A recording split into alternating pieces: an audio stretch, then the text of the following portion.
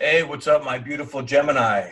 Welcome to my channel. Thank you for joining me. I'm the Spiritual Bodybuilder, and I'm here to give you your September 2019 astrology and energy forecast. So I apologize for this video being a little bit late in the month. It's been a very busy month, but without further ado, here's what's going on your September. So we started out the month with a new moon that happened on August 30th in Virgo. Now, that is in your third house, and we have a stellium, which is 3 or more planets in a house in Virgo. So for you, your communication sector is being lit up. That's communication with yourself, communication with your immediate surroundings, like your nuclear family or your neighborhood, you know, your close friends and family, things like that. And this could be bringing in, like, pointing out some things that are, you know, counterproductive. Are you really being yourself? Are you really staying true to who you are? Are you, living in your authenticity? Is your communication with yourself being honest and straightforward? Or are you being, I don't know, are you doing something that's immoral or unethical, according to, universal laws? Doesn't really pretend to human law. This is, esoteric law, really. So with that, we have a lot of new energy coming in that's promoting a new level or a newfound sense of trust and purity in our communication. Because, Virgo is all about purification. It's all about little details. So identifying things, you shouldn't be saying that, or yes, you should. And this is going to go into your belief system, of course, too. So we want to be able to take this new information and bring it with us into this new day, into this new place. We're stepping into a new chapter this year. This month, with Saturn getting ready to go direct on the 18th. We'll get into that in a little bit. So on September 10th, we have a double yod. Now, a yod is also known as the finger of God, and that is a very powerful, spiritually activated,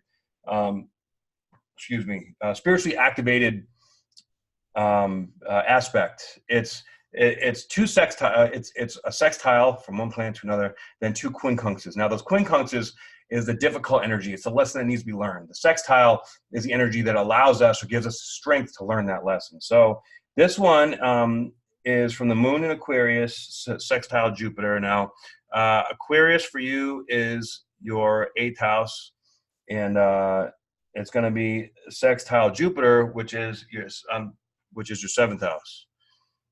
Let's see. I'm sorry. Aquarius is your 9th house.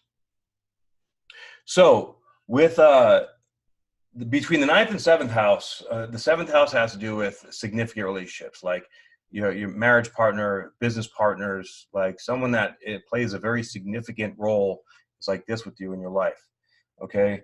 And it's that's a sextile, and it's quincunx to the North Node, which is in your 2nd house, okay? So the 2nd house has to do with self-confidence, with self-respect, with the money you make. Okay, so this is going to have to do a lot with your significant relationships and your belief systems about those, and how are they building you, or how are they holding you back? Are you with someone that's sucking you dry, or are you with someone that's building you up? Okay, and the sextile between the 7th and 9th house is going to help with bringing light to the belief system, or the understanding that why is this happening, and then you're going to get that, oh my God, this is why.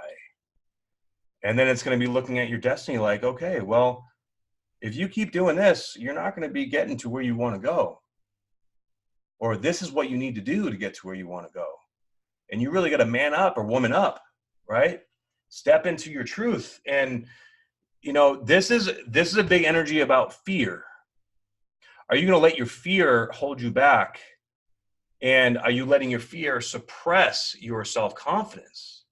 So we really need to step up our self-confidence, or this is giving us an opportunity to look at our self-confidence and be honest with ourselves, and like, what are we believing to really show that this, that my self-confidence, where is my self-confidence lacking?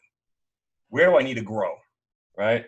Then we also have the North Node of sextile Mars and Sun, and quincunx the moon in Aquarius. So, you know, the Mars and the Sun are going to be in Virgo in your 4th house, sextile the North Node. So this is your home and family, right? So your home and family, you know, like, what is your home and family situation like, or even from your childhood, or it could have to do with your children. Okay. Maybe, you know, one scenario could be, you know, what happened in your childhood that is keeping you stuck or conditioned in this place that is not allowing you to, you know, grow and be the person that you want to be. And we're going to see that. And it may be something that we don't want to see. And with it, quincunxing the moon in Aquarius, this is looking at the belief system. Okay. That belief system that we have that's keeping us stuck. And you're going to get clarity on it. Okay. And if you could fight it and you could not want to see it and just escape, you do have Uranus in your 12th house. And, you know, that Uranus energy can just, you know, be like, fuck this shit, dude, I'm going home. Or it can be like, fuck this shit, I'm making a big change, or something unexpected, or wow, what the hell's going on? It's epiphany. It's like, what the fuck? What the fuck is right? But with all this stuff going on, the main energy that is controlling the flow of what's happening is Saturn. Saturn is going to be going direct on the 18th. Now, Saturn is going direct in your 8th house. Now, you guys, with, you know, last year, this year, and into next year, having the Pluto, Saturn, South Node conjunction in your 8th house, that is deep. That is difficult. All right, the 8th house, I went through 8th house transit 2 years ago, and it was just bringing up all this deep, dirty down shit that I didn't even know, I didn't see, I didn't want to see, I didn't want to feel. It was tough. So, you know, I'm not going to lie, you know, having those planets in your 8th house is teaching you some really, really tough lessons. And, you know, if your ego is driving your desires right now, you are going to get plowed over next year. So really, you know, if you're doing things that are immoral or unethical, stop it. It's going to get real fucking obvious here in this next month or so. And it's giving you opportunity. Like, hey, look, dude, this shit ain't working. This shit ain't going to fly. If you really want to, you know, grow and live this life that you want to live, you got to stop doing this. You got to let this go, like letting go of control. This whole big Saturn energy is sort of like forcing us almost to let go of control. And our ego wants to have control. Okay. In some ways it really needs to, because if not, it will die. But that's the thing. We want the ego to die. Egotistical death or ego death is an important aspect of the ascension process. And the more we fight it, right now, the universe is like, I ain't having it. So you are going to go into the deepest struggle that you have ever gone into in your life if you keep fighting it. So don't fight it. Okay? Let it go. Let it flow. Let it go and let it flow. Okay? And this is really testing your self-confidence, your self-worth, how you look at yourself, how you feel about yourself in life, what you really feel within that is, you know, that is keeping you going. So my whole point in saying that is like right now, Saturn's slowing down to a stop. When Saturn slows down, everything else sort of is in hold. It's in its hold position. And that can be uncomfortable, right? So once it goes forward, it's like, okay, like we're going to start to get the clarity. We have all these puzzle pieces coming together right now. And in your 8th house, those puzzle pieces may be very psychic in nature. They may be very confusing, like esoteric, like a piece may make absolutely no sense, but then 2 other pieces come in and then all of a sudden, boom, that piece makes sense and it puts them together. Okay. So this requires a significant amount of trust, a significant amount of faith, and a significant amount of letting go. Okay. So once Saturn goes forward, then that's going to allow things to start moving forward. And this could be really great for finances, for spiritual or psychic gifts. You know, like when you start to discover these psychic abilities, these psychic gifts, they can be very confusing, sort of like a superhero movie, right? Like at first when they discover it, they go nuts. Like, what the hell's wrong with me? but then they find like Professor X, and Professor X teaches them how to control it and figure it out. And controlling a psychic gift has to do with controlling your emotions, having a grip on your mind, and being able to observe yourself from outside the process, and to be able to keep yourself in check while these things are growing. Because if, people like schizophrenics are basically people with very powerful psychic gifts that they don't know how to deal with it. It's too much. So we want to make sure that we stay centered. We stay sane. We take care of ourselves, like internally, and make sure that, we are healthy and happy with us and with the decisions that we're making. Okay. So then just 3 days later, we have full moon in Pisces at 21 degrees. All right. This is going to be in your 10th house. So this full moon is letting go of things that, life purpose stuff. This is not serving us. And with Neptune conjunct Black Moon Lilith, this could really, like, that Black Moon Lilith energy sort of clouds the Neptune energy and really enhances like the escapist tendencies, the tendencies to want to just not look at it, to not deal with it. And your life purpose, this could be a really major key thing that you need to let go of in order to step into what you're really meant to do. You just have to watch out for that, for that lying to yourself.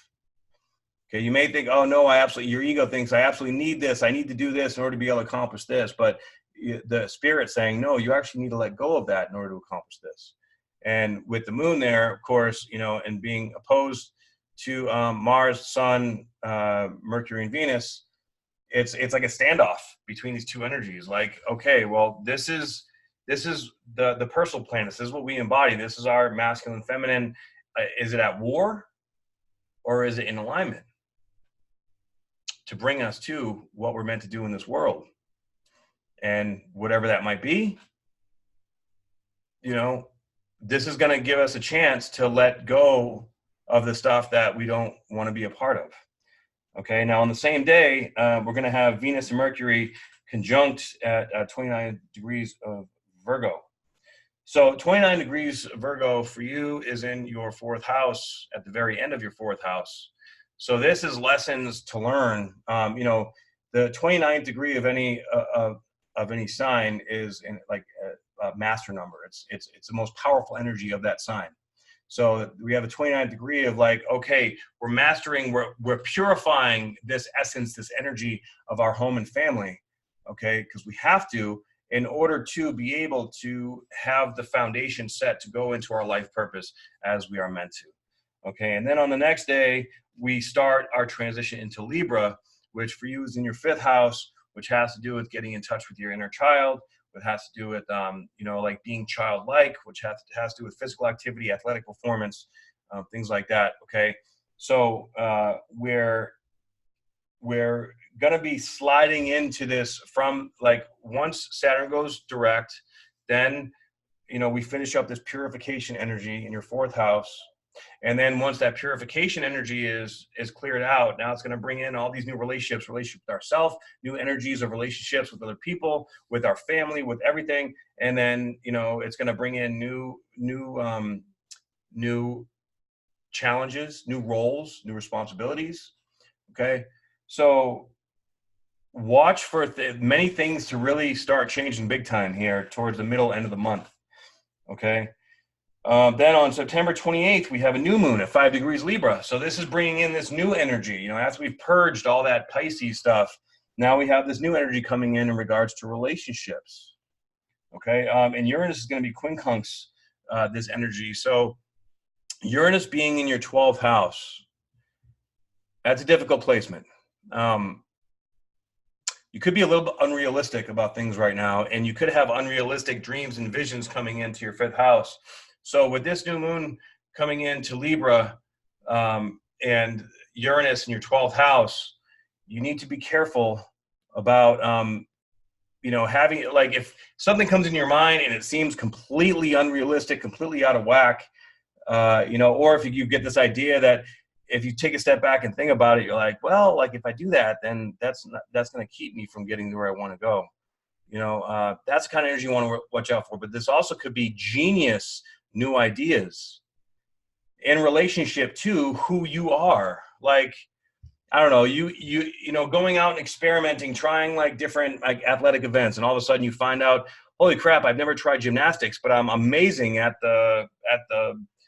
some gymnastic exercise, right? And then you fall in love with it, and then all of a sudden, like all these great things start coming in your life, all from just trying this new thing. So, you know, with this Uranian energy like that, this new moon, the end of the month, definitely go out and try new things and see how it feels, and you know, get out of your comfort zone. And this is all going to teach you as well more about these psychic gifts that are coming up and bubbling up to the surface. And these new experiences are going to create new sensations, new emotional, you know, new types of emotions that maybe you never felt before, new sensations that you never realized existed. And it's gonna, you know, there's gonna be this sort of curious, playful kind of energy to get into it. Like, okay, what's this? How do I work with this? And oh, I like that, and I don't like this. And then, you know, you got to play with it. You got to experiment.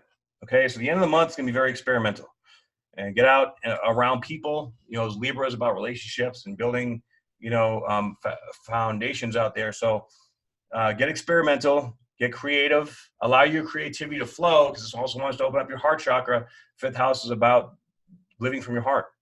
Okay, get out there, experiment, grow, play, have fun, and make it happen. All right, so I hope you guys enjoyed this content. If you did, please comment below, and please like, share, and subscribe. You know, I appreciate it.